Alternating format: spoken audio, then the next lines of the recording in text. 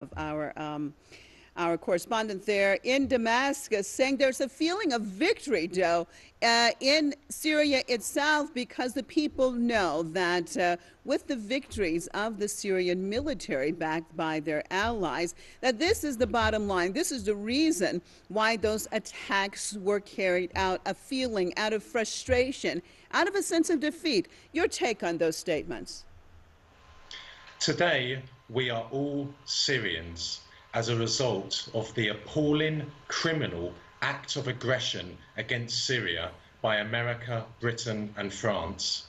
Because the Syrian people, a secular, multicultural one, who for 7 years have been the heart and soul in the fight against Islamist Wahhabist terrorism, were attacked today by the West because they have defied the West for 7 years, because they have fought against the tens of thousands of jihadists that the Americans, the British and the French have sent to Syria.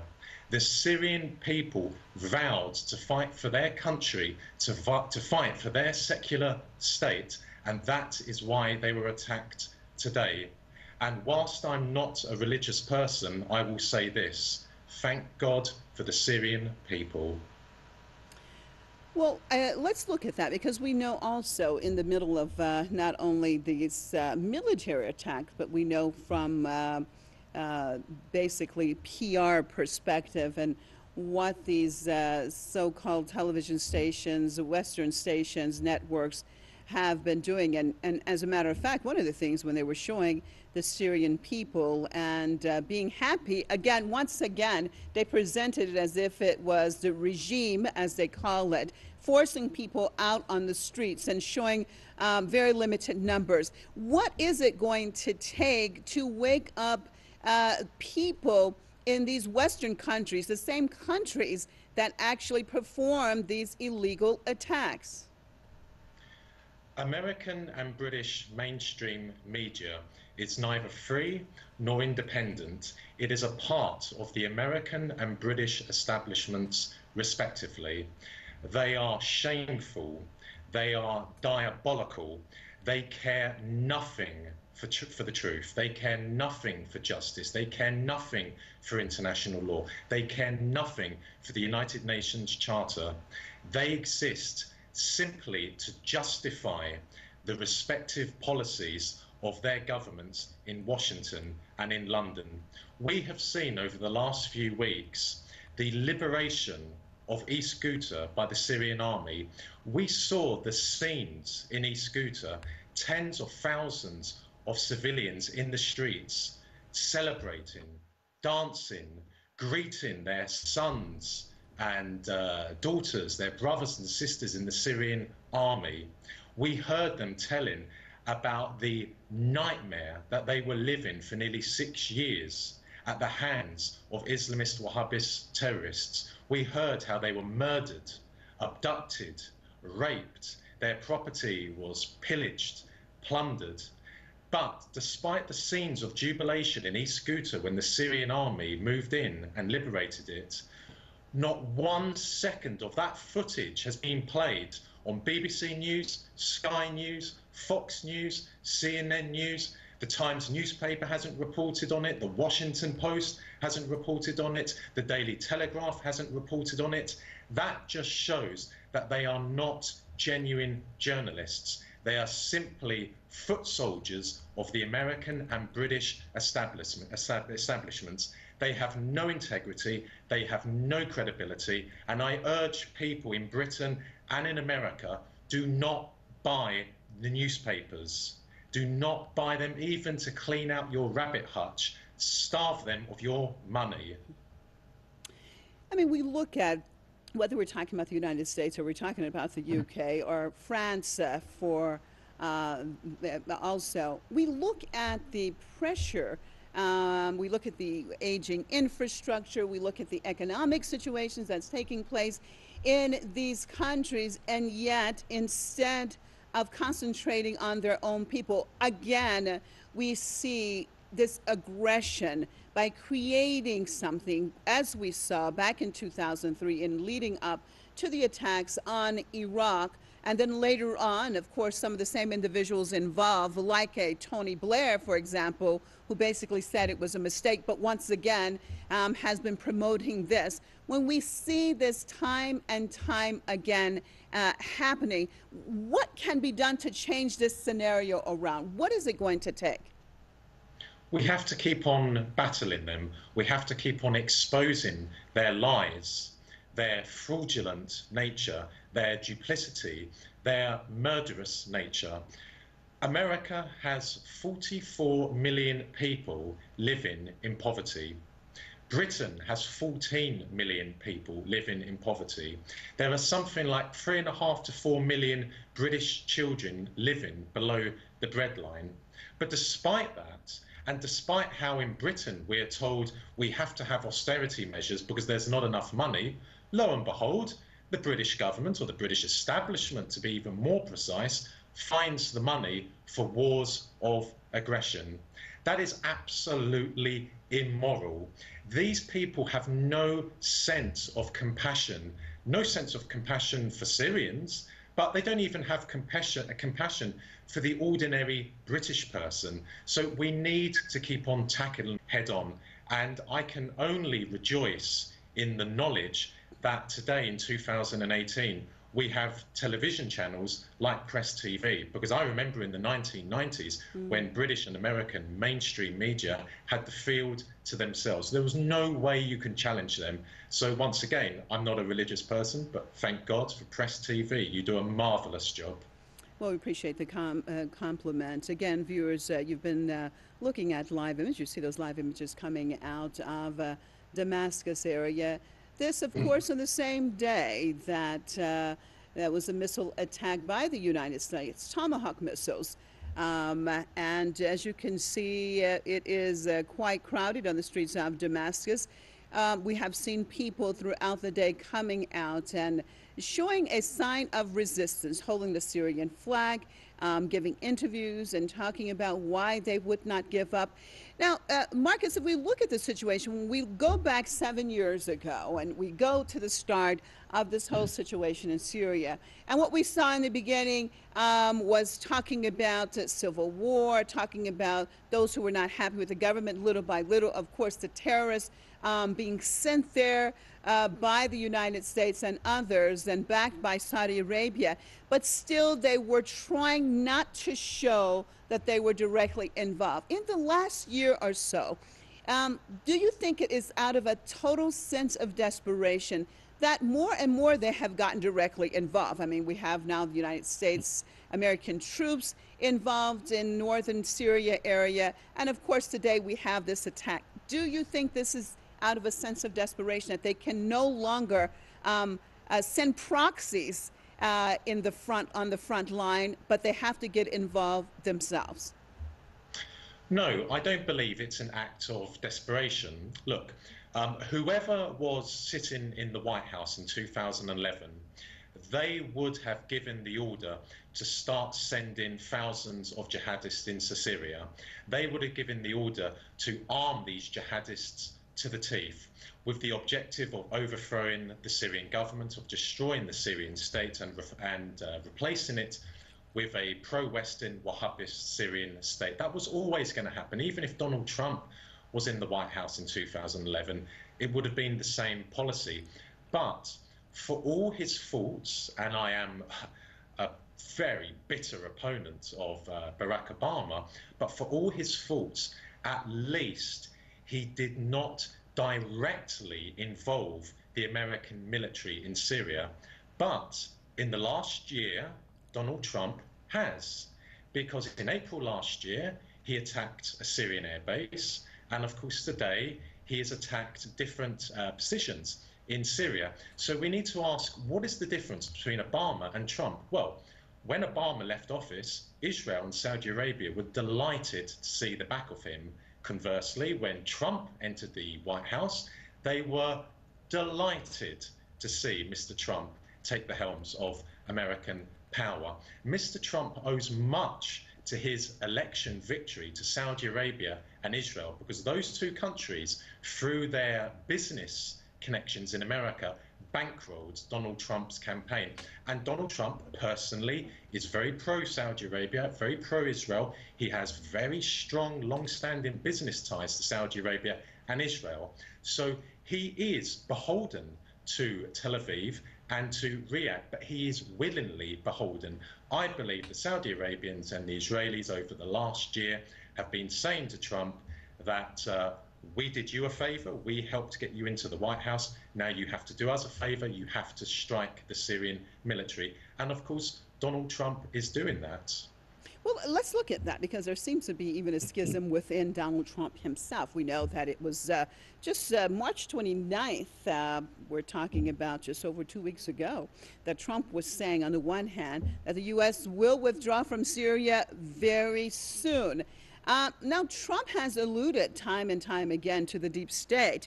And there are some analyses in saying that actually there are those behind him who actually are involved in the direction, especially militarily speaking, of the country. How likely is that? What does that mean? Over 2 weeks ago, just over 2 weeks ago, he says we have to get out of Syria. Today, we see this bombing. And what does it mean? Do you think that it's just him, basically, that there's a schism within himself? Or is there a schism within the United States and, as he has alluded to many times, the deep state? Donald Trump is a proven pathological liar. When he said a few weeks ago that he would be pulling the American forces out of Syria, he was lying, because it's under him that the American military has gained a presence in Syria. There are thousands of American Marines backed up by very large numbers of heavy artillery in northern Syria.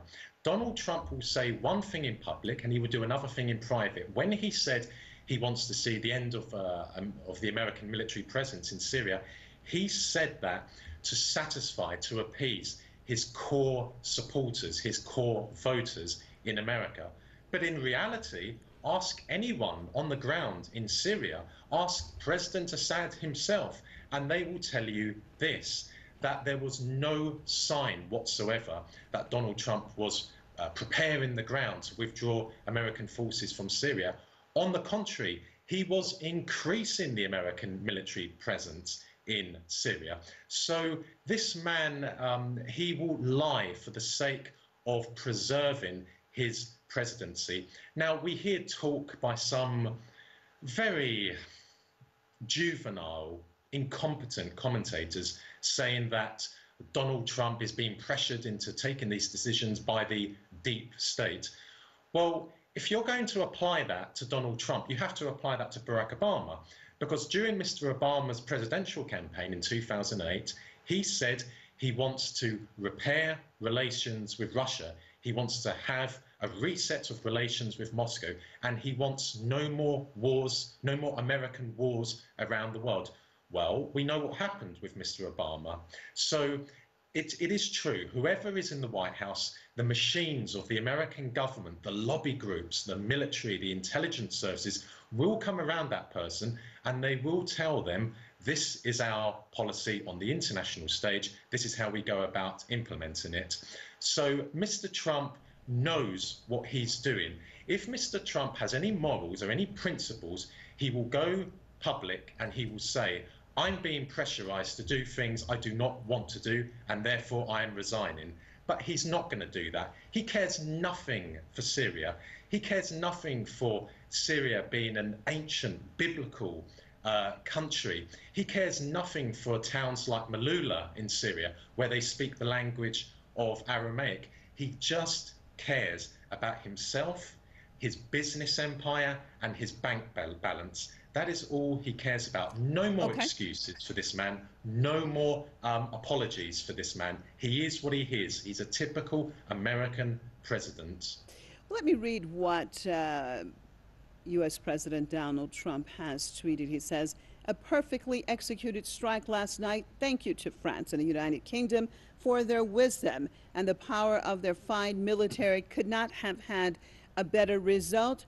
Mission accomplished. This mission accomplished reminds me of George W. Bush, actually, and saying mission accomplished years ago in dealing with the situation in Iraq. Your take on all of this.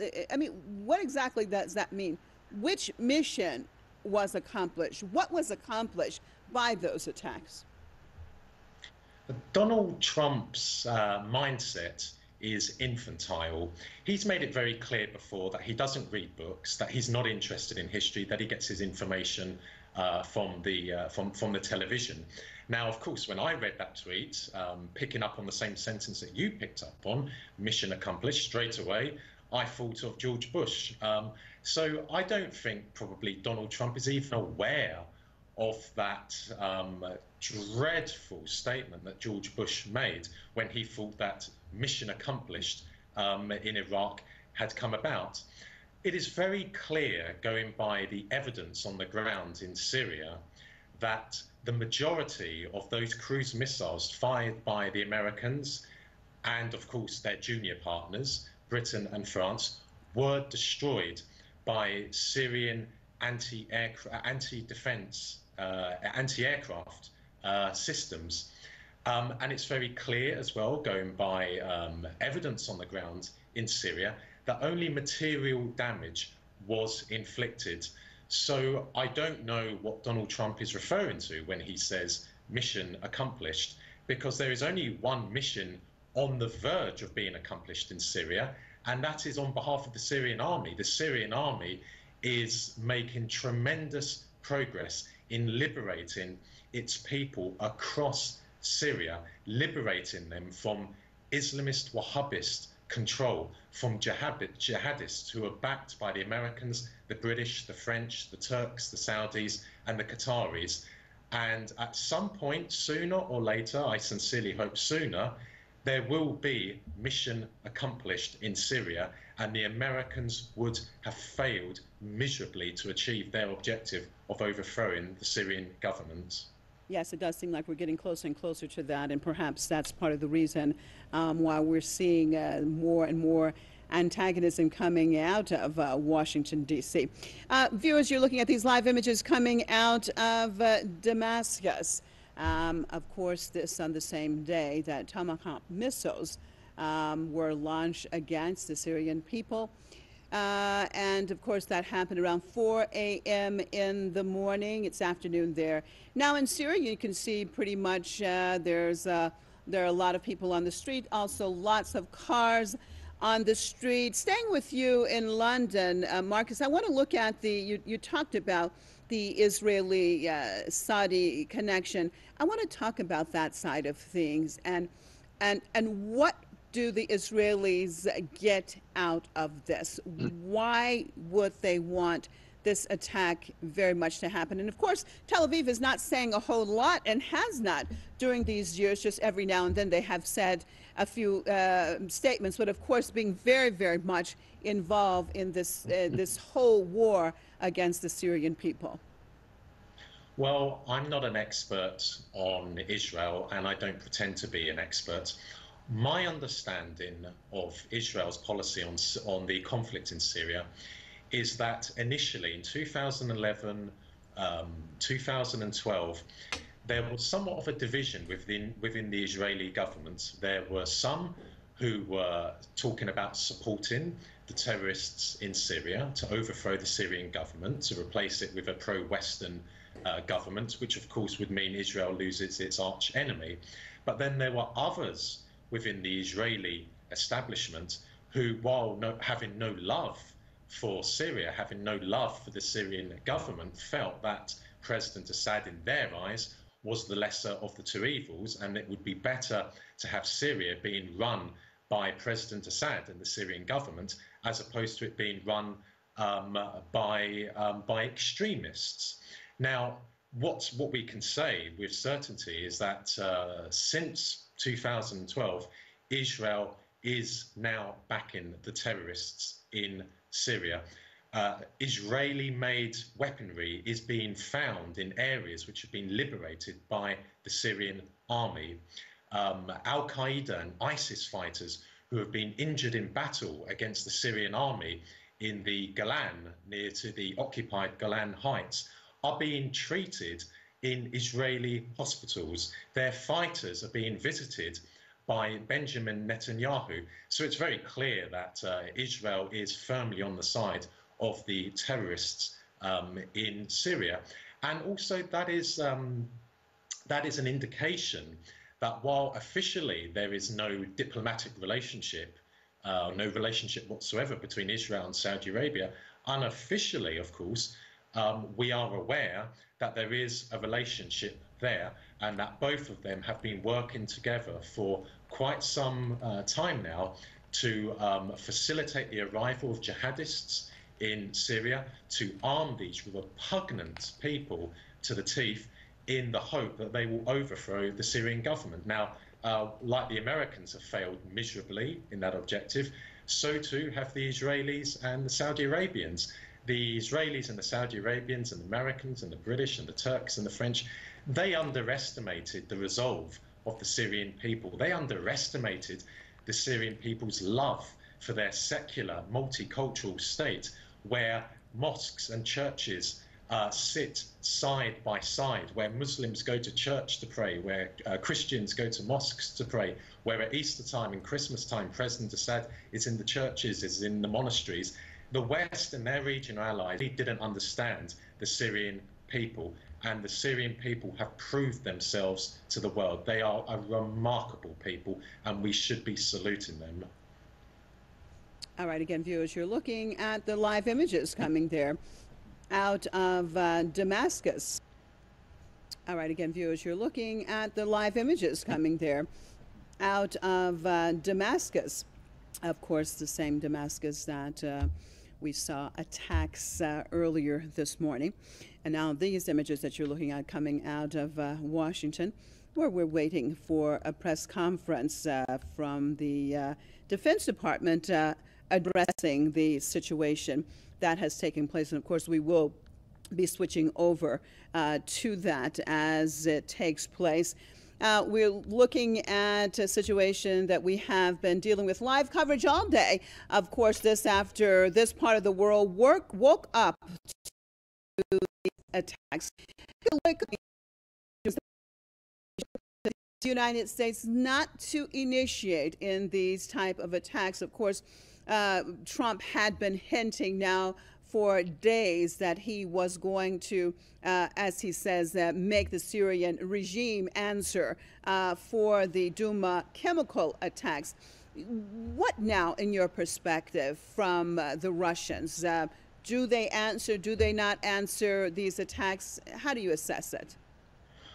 Russia doesn't have the sort of military might that it had when it was the Soviet Union. And that is regrettable. That is regrettable for well, that is regrettable for global stability. Had the Soviet Union not have collapsed, then there wouldn't be a conflict in Syria today. There wouldn't have been an invasion of Iraq. There wouldn't have been the dismemberment and destruction of Yugoslavia. There wouldn't have been the brutal air campaign against Libya. So in time, I will have COVID times, but it's going to take, it will take some years. But the Russians were not able to prevent this American-led attack on Syria. However, there is a very major consolation because Russia under Vladimir Putin has resurrected a lot of its lost superpower status. It is now a force to be reckoned with, and the Russian military presence in Syria, the naval presence, the air presence, the ground presence, meant that the Americans could not carry out a concerted, ongoing air offensive against Syria, because that would have resulted in a Russian military response. And out of the question is an American-led military invasion of Syria. So on the one hand, the Russians weren't powerful enough to deter the Americans from firing 110 or so cruise missiles. But at the same time, the Russians had the deterrent factor to prevent the Americans from carrying on this attack. Let's not forget that in 1999, for something like 72 days, the Americans and their other allies in NATO bombed Serbia relentlessly, brutally, murderously for nearly 72 days. If it wasn't for Russia having refound invaded Syria long ago, or they would have carried out such a ferocious air attack that the Syrian army, the Syrian military, eventually would have been defeated, and the flags of Al-Qaeda and ISIS would have been flying in Damascus, and then the Wahhabist terrorist threat to the region, to the entire world, would have been 100 times more than what it is today. Okay. All right. Thank you so much for being with us, Marcus Papadopoulos.